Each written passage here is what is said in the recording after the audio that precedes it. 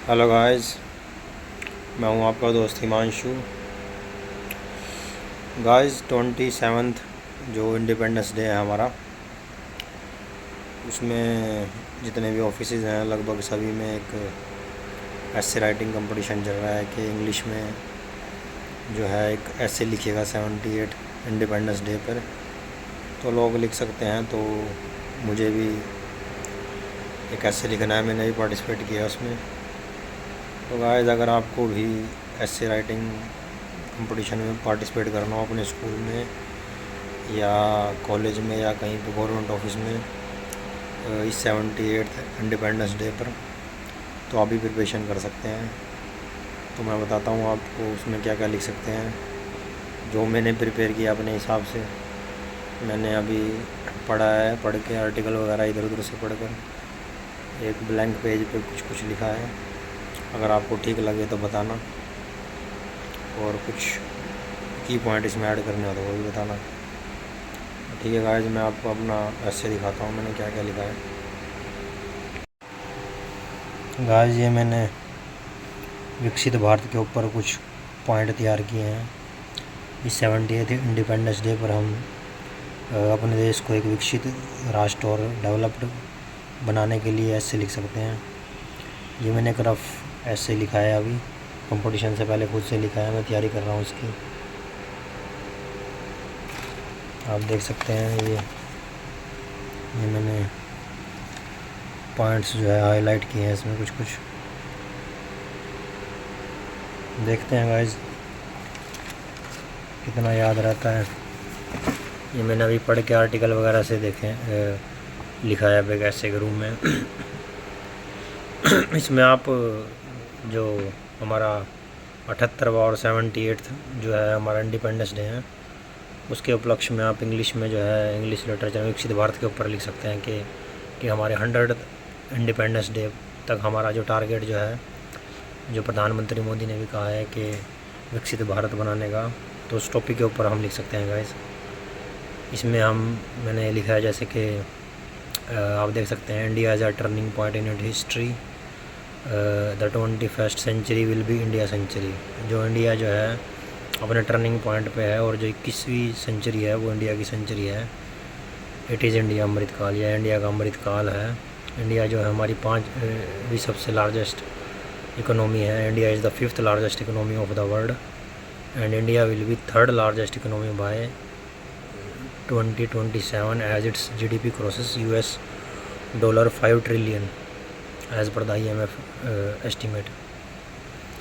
जैसे कि आप सब जानते हैं, इंडिया जो है 5वीं सबसे लार्जेस्ट इकोनॉमी है वर्ल्ड की, और जो है ये तीसरी जो है 2027 में हो जाएगी IMF के एस्टिमेट के अकॉर्डिंग, क्योंकि 2027 तक हम $5 ट्रिलियन क्रॉस कर जाएंगे हमारी GDP।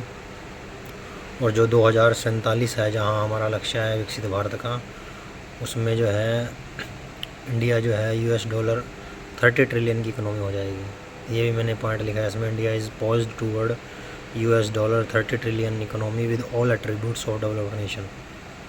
अब 30 ट्रिलियन इकोनॉमी के साथ हमारे पास जो डेवलप्ड नेशन में होता है वो सारे के सारे हमारे पास वो है। और मैंने डेवलप्ड नेशन की थोड़ी हिस्ट्री भी लिखी है इसमें।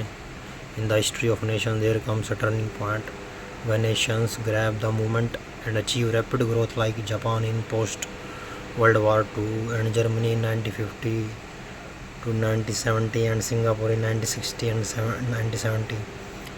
India too is a cusp of such opportunity. इसमें गाइस आप ये लिख सकते हैं कि जो हिस्ट्री में अगर आप देखो, चाहे जापान की हिस्ट्री देख लो World War II के बाद, चाहे आप जर्मनी की देख लो 1950, 60, 1970 के दशक में, और सिंगापुर की देख लो आप, एकदम से 1960 से 1970 में जो ग्रोथ करी, एकदम से उनकी इकोनॉमिक शिफ्ट हो गई, जो एक मतलब इकोनॉमिक पावर बन गई है देश उभरे। इंडिया भी है जो इस टाइम पे इसी सिचुएशन पे है, इसी अपॉर्चुनिटी पे है। अब हम लिख सकते हैं कि हमारा इंडिया विकसित भारत क्यों बनेगा 100 इंडिपेंडेंस डे तक, इस इंडिपेंडेंस डे पे। अब देख सकते हैं कि इंडिया में जो है, in India there has been massive expansion in social and economic infrastructure through policies and schemes in past year such as Pradhanmantri Kaushal विकास योजना, समग्र शिक्षा अभियान and expansion of universities and IITs and IIMs, medical and nursing colleges and many more।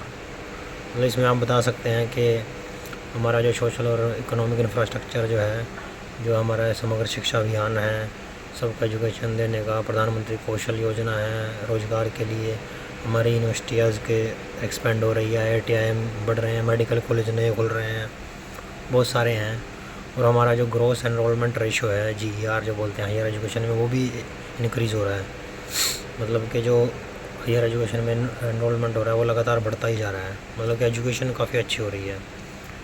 और ऐसे ही हम health care sector के बारे में भी लिख सकते हैं। सिमिलरली हेल्थ केयर सेक्टर जो हमारा आयुष्मान भारत जो है, आपको पता होगा आयुष्मान भारत जो है सर्विस प्रोवाइड करता है घर के पास ही, मतलब कि हेल्थ केयर सर्विसेज प्रोवाइड करता है। काफ़ी सारे लोगों में आयुष्मान कार्ड भी वितरण किए गए, तो ये हेल्थ सिक्योरिटी देता है। और जो हमारे आंगनवाड़ी सेंटर्स हैं जो जगह जगह पर खुले हुए हैं, वो भी हमारे जो बच्चे हैं, गरीब हो गए, मध्यम वर्ग के हो गया, उनको जो अर्ली चाइल्डहुड और एजुकेशन प्रोवाइड करता है, उसके लिए भी बहुत ही महत्वपूर्ण है।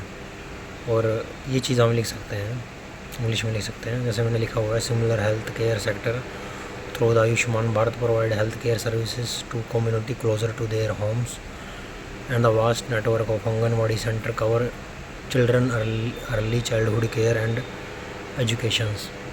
और इसके बाद हम ये ले सकते हैं कि वेरियस हेल्थ केयर इंडिकेटर जो है, जैसे कि इन्फेंट मोर्टेलिटी रेट हो गया, मैटरनल मोर्टेलिटी रेट हो गया, और percentage of children under weight जो है वो लगातार गिर रहा है, फॉलन ड्रामेटिकली। ये सब इंडिकेटर हम मेंशन कर सकते हैं कि मतलब कि जो हेल्थ केयर सेक्टर में है, जो बच्चों की जो है मर जाते थे पहले पैदा होते ही, और जो माँ का जो रेट है, मैटरनल मोर्टेलिटी रेट है, जो प्रेगनेंस लेडीज़ का जो होता है, और जो बच्चे हैं जो अंडर वेट है, उनकी जो रेशो है लगातार गिरती जा रही है।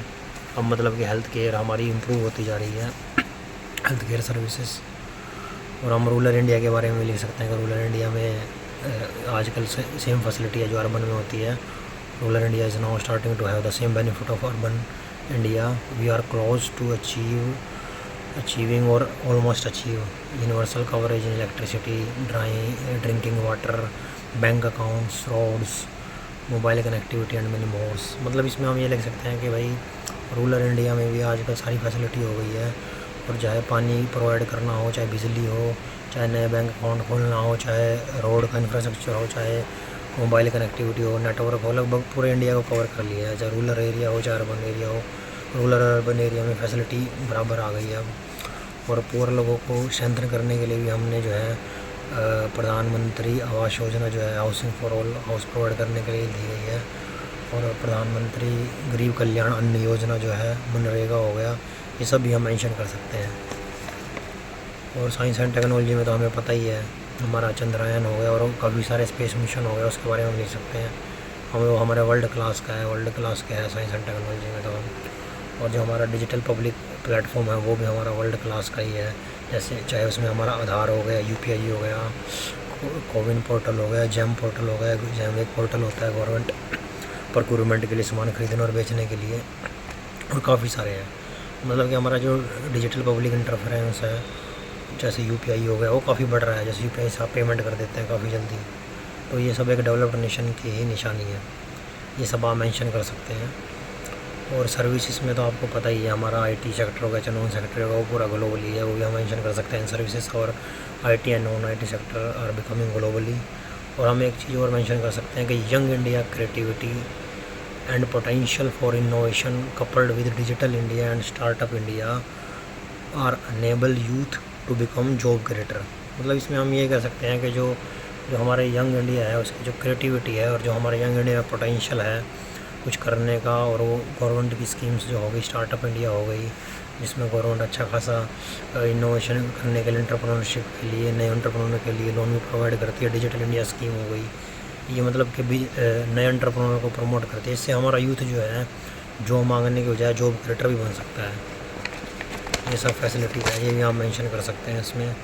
और आप जो इंटरम बजट में 2024 जो हमारा हुआ था, उसमें निर्मला सीतारमण जी जो हमारी फाइनेंस मिनिस्टर हैं, जो इनकी स्पीच का पार्ट जो था वो भी आप मेंशन कर सकते हैं। मैंने इसमें मेंशन किया है कि निर्मला सीतारमण जी ने 9 प्रायोरिटी दी थी विकसित भारत मिशन के लिए 2047 तक के लिए। उसमें ये था कि जो 9 प्रायोरिटी जो थी, productivity and resilience in agriculture, मतलब एग्रीकल्चर में प्रोडक्टिविटी को बढ़ाना, एम्प्लॉयमेंट एंड स्किलिंग, नौकरी देना और स्किल इम्प्रूव करना, inclusive human resource development and social justice, manufacturing and services, manufacturing बढ़ेगी, सर्विसेज पर हमारी बढ़ेगी, urban development, energy security, infrastructure, innovation, research and development and next generation reform. ये सब हम 9 प्रायोरिटी सेक्टर जो है ये सब के सब एक कंट्री को डेवलप होने के लिए बड़ा इम्पोर्टेंट है। और हम जो है ये भी मेंशन कर सकते हैं कि निर्मला सीतारमण जी जो हमारी फाइनेंस मिनिस्टर है, उन्होंने ये भी कहा था कि जो गवर्नमेंट की पॉलिसी जो है वो डेवलपमेंट की, मतलब कि all pervasive, all round, on inclusive and will focus on 4 major groups: गरीब, महिला, युवा एंड अन्नदाता। मतलब जो है जो गवर्नमेंट का फोकस बेसिकली पुअर लोग हो गए, लेडीज़ हो गई, यूथ हो गया और हमारे फार्मर्स हो गए, इन पे पूरा फोकस है। और हर तरीके से ऑल अराउंड सभी तरीके से हमारी जो गवर्नमेंट जो है वो डेवलपमेंट चाहती है। तो इन सब पॉइंट को देखते हुए लगता है कि हमारी कंट्री जो है एक विकसित राष्ट्र बनेगा। इस इंडिपेंडेंस डे पर आओ हम सब मिलकर प्रण करते हैं कि अपनी कंट्री को एक डेवलप्ड नेशन बनाने के लिए 2014 तक हम जो है प्रतिज्ञा करते हैं। और जो है इस इंडिपेंडेंस डे से लेकर आने वाले तक हम जो है पूरा कार्य करेंगे। जय हिंद, जय भारत। सो ठीक है गाइस, आपको अच्छा लगे तो कोई की पॉइंट लेना हो तो ले सकते हो। मैंने भी इंटरनेट से पढ़कर इधर उधर से देख के ये लिखा है। अभी मैं देखता हूँ इसमें से मुझे कितना याद रहता है कितना नहीं। वैसे समझने की बात है, ये मुझे समझ आ चुके हैं क्या क्या है। मैं भी इस टाइप का कुछ ऐसे लिखूँगा। सो ठीक है दोस्तों, बाय बाय, जय हिंद, जय भारत।